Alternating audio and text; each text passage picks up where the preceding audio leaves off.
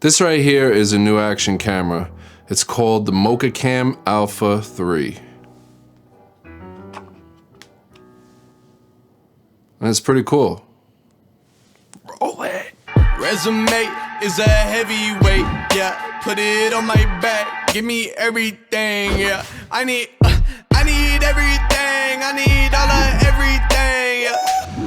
So before we get into the actual capabilities of this little guy right here, we gotta have a little story time, because there's a little story behind this. One day I was just normally scrolling away at my Instagram feed, and up pops a little ad about the MokaCam Alpha 3. So I click on the link, I'm like, what's this? I never seen this before. I'm a camera junkie, caught my attention. So it takes me to a site called Indiegogo. If you're not familiar with Indiegogo, it's kind of like a Kickstarter type of website where people display products or the vision of a product to consumers, and people can choose to invest or not, and most of the time get a deal on whatever they're investing in.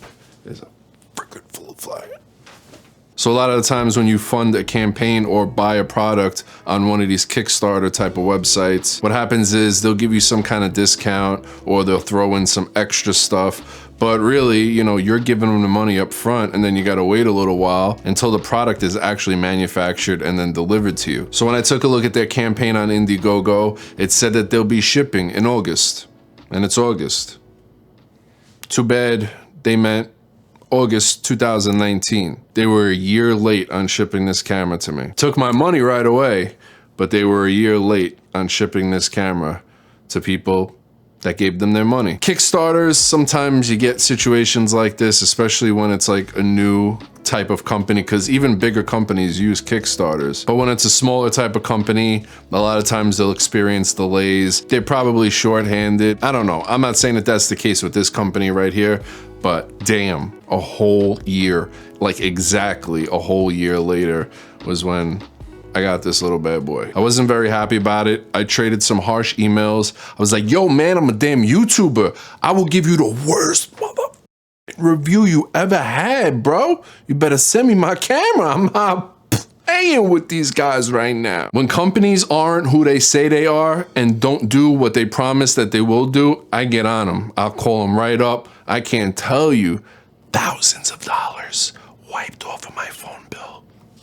No problem. Because I complain all the time, and I don't feel bad, because companies should deliver what they say they're gonna do, especially when they're so willing to take your money like that. I don't know MokaCam's situation. They're probably not bad people. They always got right back to me on email. I'm not saying that they pulled any type of scam or screwed people up. Maybe they had some issues on their end, putting this device together, and they had to keep coming up with revisions and rebuilds. Who knows? Now let's get into the camera itself. This ain't a bad camera.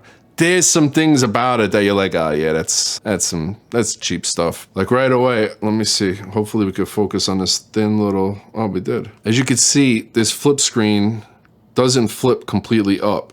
So it's kind of like that instead of perfectly up, which means it actually makes it a little confusing for you to look at yourself, because you'll be staring at the flip screen and you're like, damn, I can't even see myself right now. And then when you flip it down to where you can see yourself, you're filming your sack.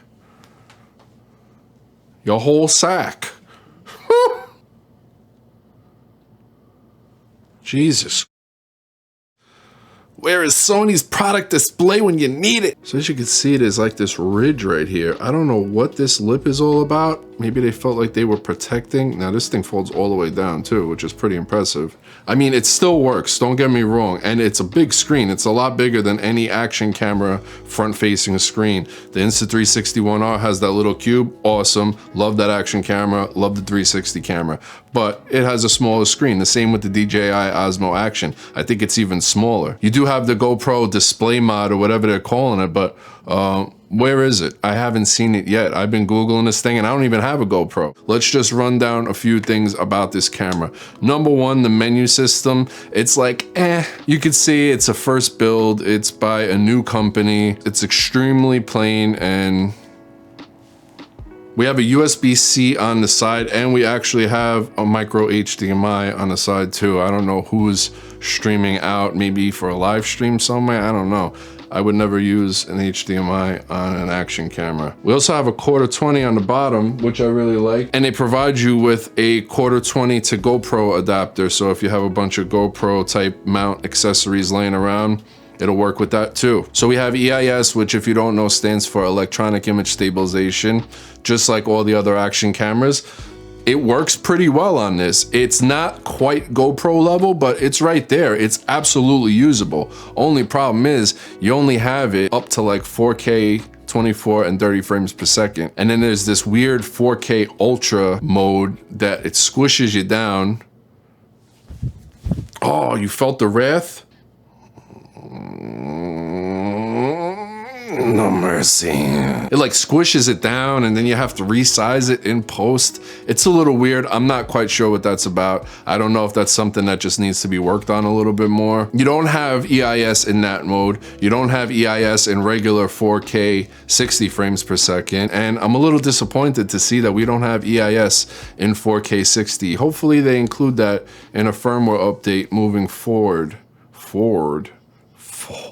So as far as I'm concerned, this is a 4K 30 frames per second camera, not 60. But with all that said, getting down to the nitty gritties, this camera has good image quality for an action camera. Action cameras are notoriously known for having terrible image quality, and this one doesn't. All right, let's go outside, check it out a little bit, check out the image quality, check out the image stabilization, and then we'll come back in here and wrap it up.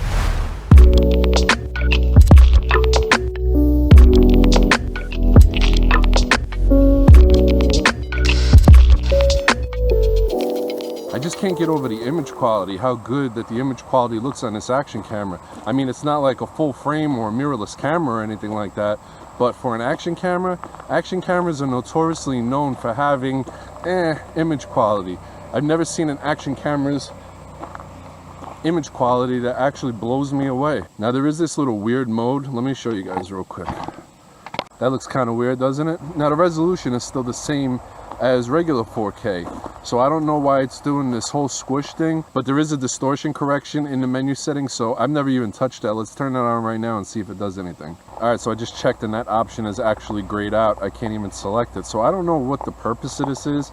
Maybe it's just to make sure they squeeze everything in, because this is super wide now. This is a lot wider than the regular 4K. I do know that we do not have image stabilization in this mode. We also do not have image stabilization in 4K 60 either. But if you're just vlogging in 24 or 30p for the most part, then it's not a bad vlogging camera. Let me switch back to the regular 4K. All right, back to regular 4K, and we have EIS turned back on, and you can see what a difference it makes. Now let me do a quick little jog here just to see how this image stabilization is holding up. You got to push the limits, MokaCam. At a time where new cameras seem to be popping out left and right, every time you turn on a new website, there's a new rumor or a new release or something. There's just way too much going on for you guys to fall behind. I don't need 4K 120 or anything crazy like that, but do what you can to add EIS into 4K 60. Also fix the high bitrate mode in the app that is not actually saving to the camera, or maybe it is, but in the app it's just fidgety, but it's actually activating it in here. But either way, fix that. Polish up the settings menu a little bit. Maybe if you can, I mean, I might just cut this off my damn self right here. I might just file this down, because that is annoying. I'll leave links down below if you happen to be interested and might want to pick this up. I'm sure now it's not going to be a year wait. Maybe you could even email them through Indiegogo and kind of be like, hey, realistically, if I buy this thing, how long till you ship it out to me? Now it is coming from China, so it's gonna take a little while, especially with the way things are going in the world right now. It's probably gonna be delayed. It's probably gonna take about at least 3 weeks. If they ship it tomorrow, it'll be here in like 3 weeks. But I'll leave the link down below and you can make the decision for yourself. Thumbs up if you liked the video. If you are not yet subscribed, please do so. I'd appreciate it very, very highly. Until next time, enjoy your day, your night, and tomorrow morning. Salute. Everything, man.